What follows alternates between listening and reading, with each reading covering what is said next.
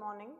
जो हम business ethics topic आपका बिज़नेस एंड लीगल एनवायरनमेंट में स्टडी कर रहे थे, तो बिज़नेस एथिक्स में एक चीज़ और हम ये समझ लेते हैं कि जो आपके ग्लोबल बिज़नेस होता है वो क्या होता है। ग्लोबल बिज़नेस हम किसे कहते हैं? जो अक्रॉस द बाउंड्रीज़ हम जाकर क्या करते हैं, बिज़नेस करते हैं, यानी कि ट्रेडिंग जो करते हैं हम हमारी नेशनल बाउंड्री के बाहर जाकर, जो वो लोग हमारी कंट्री में आके व्यापार करते हैं। हर चीज़ जो है हमें दुनिया के किसी भी कोने में मिल जाती है, किसी भी देश की, किसी भी स्टेट की।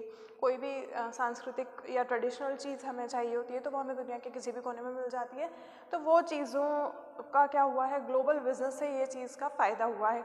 लेकिन इन्हीं चीज़ों के लिए कुछ नियम भी होते हैं हर जगह के, जिनका पालन करना होता है, जो कि मॉरल वैल्यूज़ होती हैं, हमारी एथिक्स होती हैं। इसी तरह हर कंट्री की जो मॉरल वैल्यूज़ हैं वो अलग अलग होती हैं।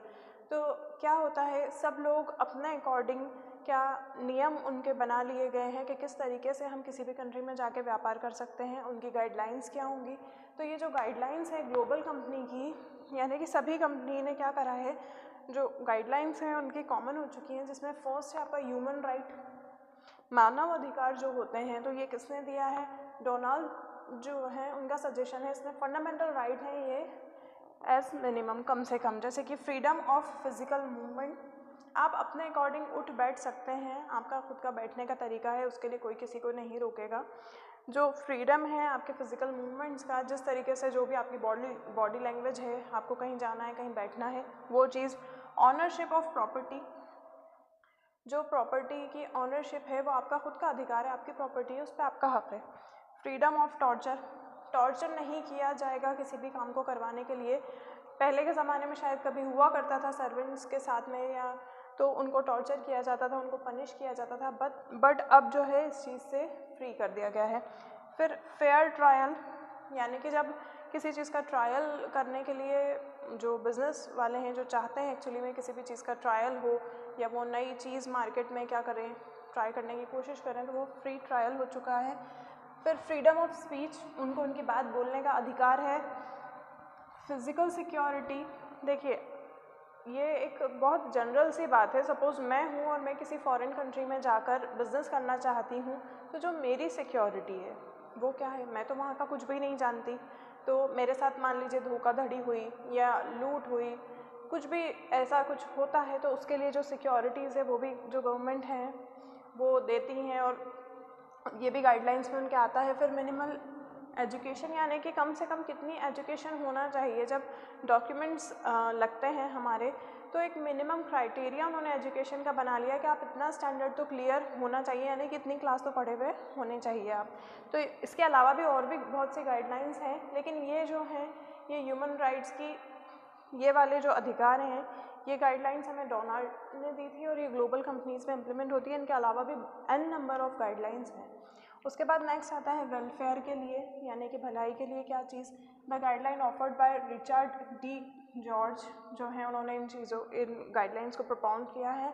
तो यहाँ पर है, do not intentional direct harm, आप जानबूझकर किसी को इंटेंशनली नुकसान नहीं पहुंचा सकते, हर्ट नहीं कर सकते, उसके जो बिज़नेस है या जो उसका घर है, जो भी XYZ, उसमें तोड़फोड़ नहीं कर सकते हैं। इंटेंशनली आप किसी को, गलती से आपसे हो जाता है वो बात एक अलग है, लेकिन अगर आप जानबूझ के कुछ ऐसा कर रहे हैं तो उसके लिए आप पनिशेबल है। गलती से बाय मिस्टेक कुछ हुआ है तो देखिए पनिशमेंट तो उस पर भी मिलता है, लेकिन ऐसा है कि अगर आपने इंटेंशनली किसी के साथ कुछ गलत करा है तो आपको बहुत ज़्यादा जुर्माना भी होता है और सज़ा भी बहुत होती है।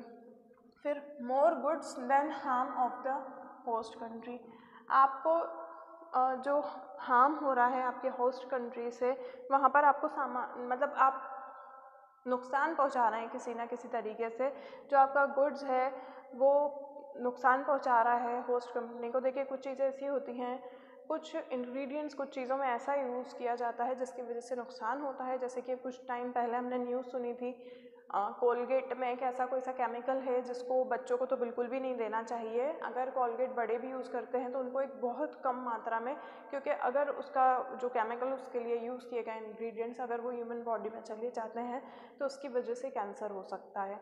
फिर तो वो फॉरेन कंट्रीज़ में तो वो बैंड है कोलगेट जो है। दूसरी चीज़, अभी मैगी, का कुछ टाइम पहले मैगी को बैन कर दिया गया था। क्यों कर दिया गया था? क्योंकि उसके अंदर के जो इंग्रेडिएंट्स हैं, हमारे यहाँ बच्चे सबसे ज़्यादा मैगी खाते हैं, तो वो सबसे ज़्यादा उनके हेल्थ को क्या कर रहा था, नुकसान दे रहा था। वो गुड वो सेलिंग के लिए, ये काफ़ी पुरानी ब्रांड है, इवन हम लोग तो उस टाइम इस दुनिया में थे भी नहीं, उससे भी पुरानी है, लेकिन जो चीज़ जब तक अच्छी आती है तब तक उसका सब साथ देते हैं, उसके लिए कोई दिक्कत वाली बात नहीं होती। लेकिन अगर वो उसके अंदर कोई सी ऐसी चीज़ यूज़ करते हैं जिसकी वजह से नुकसान होता है, तो वो उसके लिए पनिशेबल हो जाते हैं हम लोग। इसलिए हमें इन चीज़ों का बिज़नेस करते टाइम विशेष ध्यान रखना होता है। फिर नेक्स्ट आता है respect the human rights to their employees. जो ह्यूमन राइट्स हैं, देखिए जो एम्प्लॉयज़ जिन राइट्स को फॉलो करते हैं, जिन राइट्स को हम फॉलो करते हैं, हो सकता है कुछ डिफरेंस हो, कुछ बातें वो ज़्यादा मानते हो, कुछ बातें हम कम मानते हो, या जो बातें हम मानते हैं वो नहीं मानते।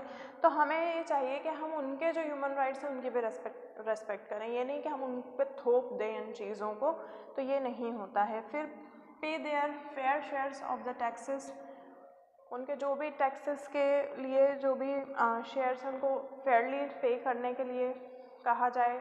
आप भी उनसे जो है फेयर टैक्स जो हैं उनसे लें, जो प्रोपोर्शन होता है टैक्स का वो फेयर होना चाहिए। ऐसा नहीं है कि 4 जन हैं तो उसमें से 2 से ज़्यादा लिया जा रहा है, 2 से कम लिया जा रहा है, मतलब सबके लिए इक्वल जो है टैक्सेशंस होने चाहिए, इक्वल जो पेमेंट होती है किसी भी चीज़ की वो सबके लिए इक्वल राइट इस चीज़ के लिए भी होना चाहिए। Contribute by their activity to host countries development. अब जो हम कंट्रीब्यूशन करते हैं, कंट्रीब्यूशन इन द सेंस आप टैक्स के थ्रू दे रहे हैं या दूसरे तरीके से आप अपनी कंट्री की हेल्प करना चाहते हैं, तो ये आपका राइट है कि आप अपने होस्ट कंट्री को सपोर्ट करें उसके डेवलपमेंट के लिए। इसके बाद और भी वेलफेयर्स हैं, n number of welfares and n number of human rights जो हैं वो, लेकिन हम इतना कुछ एक साथ स्टडी नहीं कर सकते हैं, इसलिए जो इम्पॉर्टेंट है वो मैंने आपको बता दिए हैं। इनके अलावा n number of human rights हैं, एन नंबर ऑफ़ आपके जो वेलफेयर के जो लिए जो गाइडलाइंस दी गई हैं वो भी बहुत सारी हैं। तो ये जो आपका टॉपिक था बिज़नेस एथिक्स का, ये हमने स्टडी कर लिया है। ये ग्लोबल एथिक्स थे, जो कि जब हम ग्लोबल बिज़नेस करते हैं तो वहाँ पर हमें ये एथिक्स एंड ये नॉर्म्स फॉलो करने होते हैं।